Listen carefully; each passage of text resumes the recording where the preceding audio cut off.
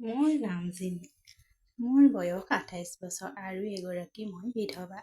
এটা সময় আছিল যেতিয়া মোৰ জীৱনটো বৰ সুখী আছিল।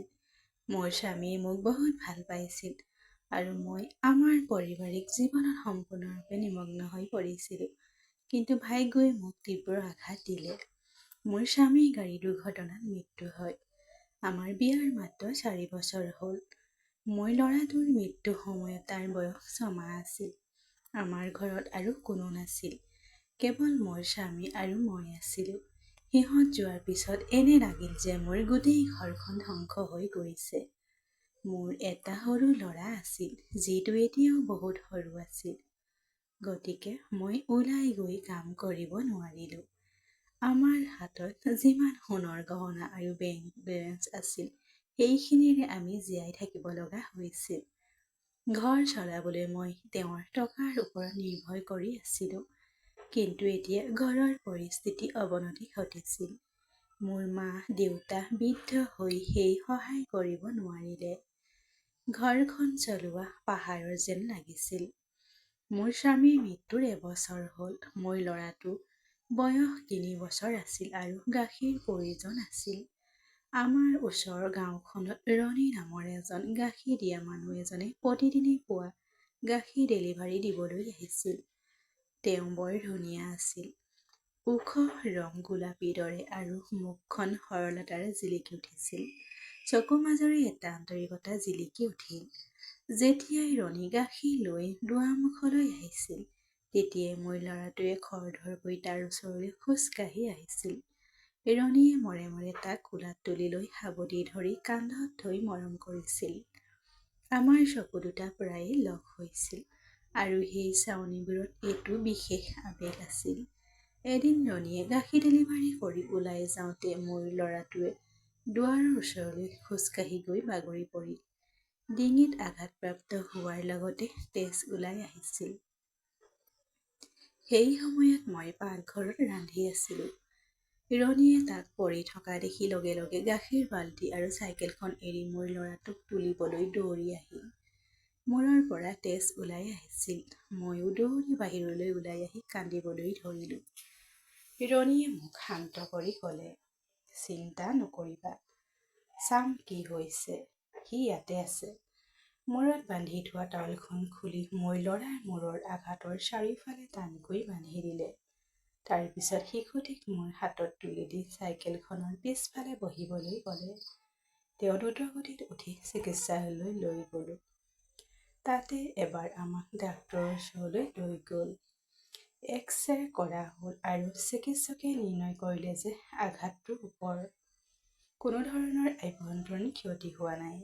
ডাক্তৰে ড্ৰেছিং চিলাই লগাই বেজী দি কিছু ঔষধ লিখি দিলে। মোৰ আৰ্থিক অৱস্থা কিমান ভয়াৱহ সেই কথা জানি ৰণীয়ে হস্পিটেললৈ লৈ গৈ সকলো ঔষধ লৈ আনি কি ডাক্তৰকো মাচুল নিজেও দিলে। মই তেওঁক ধন্যবাদ দিলোঁ। আনকি ৰণীয়ে আমাক ঘৰত থৈ আহিছিল। সেইদিনা ৰণীয়ে মোৰ ওপৰত প্ৰচণ্ড উপকাৰ কৰিলে। তেওঁ নাথাকিলে মই মোৰ ল'ৰাটোক কেনেকৈ হস্পিটেললৈ লৈ গ'লোহেঁতেন। ইয়াৰ বাবে কোনে ধন দিব পাৰিব? মোৰ বৰ দুখ লাগিছিল আৰু ৰণীৰ প্ৰতি গভীৰ অনুভূতি মোৰ হৃদয়ত গঢ় লৈ উঠিছিল। সেইদিনাৰ পৰা ৰণীয়ে প্ৰতিদিনে গাখীৰ ডেলিভাৰী কৰিবলৈ আহি মোৰ ল'ৰাটোক বৰ মৰম কৰিছিল। তেওঁ স্বাস্থ্যৰ বিষয়ে সোধা-পোছা কৰিছিল। কেতিয়াবা খাদ্য আনি মোক কৈছিল, "জিমি, কেতিয়াবা কিবা প্ৰয়োজন হ'লে মোক ফোন কৰিবা।" তেতিয়া তেওঁৰ কথাবোৰে মোক গভীৰভাৱে চুই গৈছিল। লাহে লাহে মোৰ সন্তানৰ আঘাত ভাল হ'ল। বৰষুণৰ বতৰ আছিল। এদিন ৰণী গাখীৰ লৈ ঘৰলৈ আহিল। মোক দিলে। প্ৰচণ্ড বৰষুণ দিবলৈ ধৰিলে। মই তাক ভিতৰলৈ আহিবলৈ ক'লো। ৰণী সোমাই আহিল। বৰষুণ বাঢ়ি গৈ আছিল। মই ক'লো, "চাহ বনাম।" বহিল সি। পানী দি তাৰ পিছত পাকঘৰলৈ গৈ চাহ বনালো। মোৰ ল'ৰাটোৱে খেলি আছিল। ৰণীয়ে তাক তুলি লৈ তাৰ লগত খেলিবলৈ ধৰিলে। দুয়োকে বৰ সুখী যেন লাগিছিল। পাকঘৰত চাই আছিলোঁ। ৰণীয়ে মোৰ ল'ৰাটোক নিজৰ ল'ৰাৰ দৰে ব্যৱহাৰ কৰি আছিল। ৰণীৰ বিষয়ে মই একো নাজানিছিলোঁ। তেওঁৰ বিষয়ে অধিক জানিব বিচাৰিছিলোঁ। চাহ বনোৱাৰ পিছত মই ওলাই আহিলোঁ। কাপ এটা দি নিজৰ বাবেও এটা লৈ তাৰ লগত কথা পাতিবলৈ ধৰিলোঁ। আমাৰ কথা বতৰাৰ মাজতে গম পালোঁ যে ৰণী আমাৰ গাঁও নহয়, আন এখন গাঁৱৰ পৰা আহিছিল। মই সুধিলোঁ, তোমাৰ ঘৰত কোন সকলো আছে? তেতিয়া ৰণীয়ে অলপ দুখী হৈ ক'লে, মোৰ মা দেউতা সৰুতে মৃত্যু হৈ গ'ল। মই মোৰ কষ্টৰে গৰু ম'হ কেইটামান কিনিলোঁ। মই গাখীৰ বিক্ৰী কৰি ভাল টকা উপাৰ্জন কৰোঁ। খেতিৰ বাবেও কিছুমান মাটি আছে, সেইটো তেওঁ জীৱন নিৰ্বাহ কৰে। এই কথা শুনি মোৰ বৰ দুখ লাগিল। মই তেওঁক সুধিলোঁ, আপুনি খাদ্যৰ বাবে কি কৰে? তেওঁ উত্তৰ দিলে, মোৰ মা দেউতাৰ মৃত্যুৰ পিছত ভগৱানে মোক সকলো শিকাইছিল। মই নিজেই ৰান্ধো। এতিয়া মই ভালকৈ ৰান্ধিব জানো। এই কথা শুনি মই বৰ আচৰিত হ'লোঁ। তাৰ পিছত তেওঁ সুধিলে, আপোনাৰ বিষয়ে অলপ কওকচোন। মই তেওঁক ক'লোঁ যে মোৰ বিয়া 4 বছৰ আগতে হৈছিল আৰু মোৰ স্বামীৰ মৃত্যু হৈছে পথ দুৰ্ঘটনাত। সৰু ল'ৰা এটাৰ হোৱাৰ অৰ্থ আছিল মই কামলৈ ওলাই যাব নোৱাৰোঁ। কি কৰিম মই নাজানিছিলোঁ। আমি অলপ আড্ডা দি থাকিলোঁ। বৰষুণ বন্ধ হৈ গৈছিল। মোৰ ৰণীক ভাল পাবলৈ আৰম্ভ কৰিছিলোঁ। তেওঁৰ চেহেৰা যিমানেই ভাল আছিল সিমানে ভাল স্বভাৱৰো আছিল। যেতিয়াই আহিছিল মোৰ ল'ৰাৰ বাবে সদায় চকলেট লৈ আহিছিল। এদিন সন্ধিয়া গাখীৰ লৈ আহিছিল, কিন্তু বাহিৰত বৰষুণ দি আছিল আৰু সি সম্পূৰ্ণ তিতি গৈছিল। দুৱাৰত টোকৰ মাৰিলে। দুৱাৰখন খুলিলেই দেখিলোঁ যে তেওঁ সম্পূৰ্ণ তিতি গৈছে। তেওঁ মোক গাখীৰ আগবঢ়াই দিলে। পাত্ৰৰ পৰা গাখীৰখিনি লৈ তেওঁৰ ফালে চালোঁ। মোৰ বৰ বেয়া লাগিল। মই তেওঁক ভিতৰলৈ আহিবলৈ ক'লোঁ। তেতিয়া সন্ধিয়া প্ৰায় 7 বাজিছিল। ৰণীয়ে ক'লে, দেৰি হৈছে। মই ইতিমধ্যে আৰু তিতি গৈছোঁ। মই এতিয়া যাওঁ, মোক এৰি দিয়ক। মই আৰু এবাৰ আহিম। কিন্তু মই জোৰ দি ভিতৰলৈ মাতিলোঁ। সি সোমাই আহিল। মই তাক চুলি শুকুৱাবলৈ টাৱেল এখন আৰু পিন্ধিবলৈ মোৰ স্বামীৰ পুৰণি কাপোৰ কেইটামান দিলোঁ। এটা কোঠাত সোমাই সি চেঞ্জ কৰিবলৈ ধৰিলে। সেই কোঠাটোত এখন খিৰিকী আছিল। খিৰিকীৰে চাই দেখিলোঁ তেওঁৰ পেশীবহুল শৰীৰটো। তেওঁৰ শৰীৰটো দেখি মই গভীৰভাৱে আপ্লুত হৈ পৰিলোঁ। তেওঁৰ প্ৰতি মোৰ আকৰ্ষণ অনুভৱ হৈছিল। তেওঁ সঁচাকৈয়ে সুদৰ্শন আছিল আৰু পথাৰত কৰা কঠোৰ পৰিশ্ৰমৰ বাবে তেওঁৰ শৰীৰটো অবিশ্বাস্যভাৱে শক্তিশালী আছিল।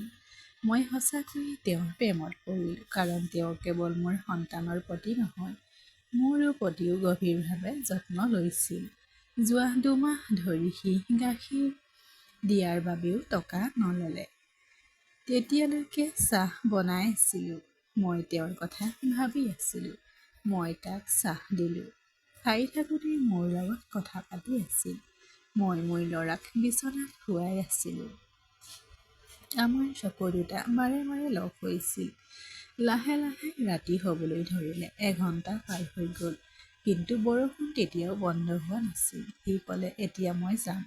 মই ক'লোঁ, বৰষুণ বন্ধ হ'লে যাব। অলপ পিছতে বৰষুণ বন্ধ হৈ গ'ল। পাকঘৰলৈ গৈ ৰান্ধিবলৈ ধৰিলোঁ। সি মোক ৰান্ধিব নালাগে বুলি কৈছিল, কিন্তু মই তেওঁৰ কথা নুশুনিলোঁ। তেওঁ মোৰ বহুত উপকাৰ কৰিছিল। মই তেওঁক ঘূৰাই দিব লগা হ'ল। গতিকে মই ৰান্ধিলোঁ। আমি একেলগে বহি ভাত খাইছিলোঁ। চকুলো টুকি মোৰ ফালে চাই আছিল। মই সুধিলোঁ, কি হ'ল, আপোনাৰ চকুত যে চকুলো কিয়? তেওঁ উত্তৰ দিলে, ইমান বছৰৰ পাছত এনেকুৱা এজনক পাইছোঁ যিয়ে মোৰ নিজৰ যেন লাগে আৰু ঘৰতে ৰন্ধা খাদ্য খাই থকা যেন লাগে। মোৰ চকুৰে চকুলো ওলাই আহিল। আমি একেলগে খাদ্য শেষ কৰিলোঁ। ৰণীক ক'লোঁ, সোনকালে বিয়া পাতা যাতে তেওঁৰ পত্নীয়ে ৰান্ধি ঘৰতেই ৰন্ধা খাদ্য খুৱাব পাৰে।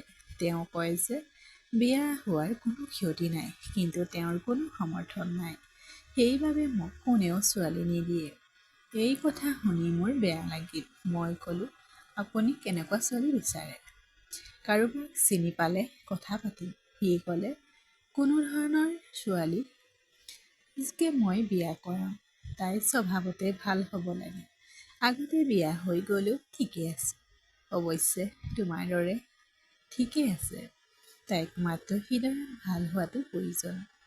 মই তেওঁৰ ফালে চালোঁ, মোৰ ফালে তেওঁ চালে। আমাৰ চকু দুটা একলগ হৈ গ'ল।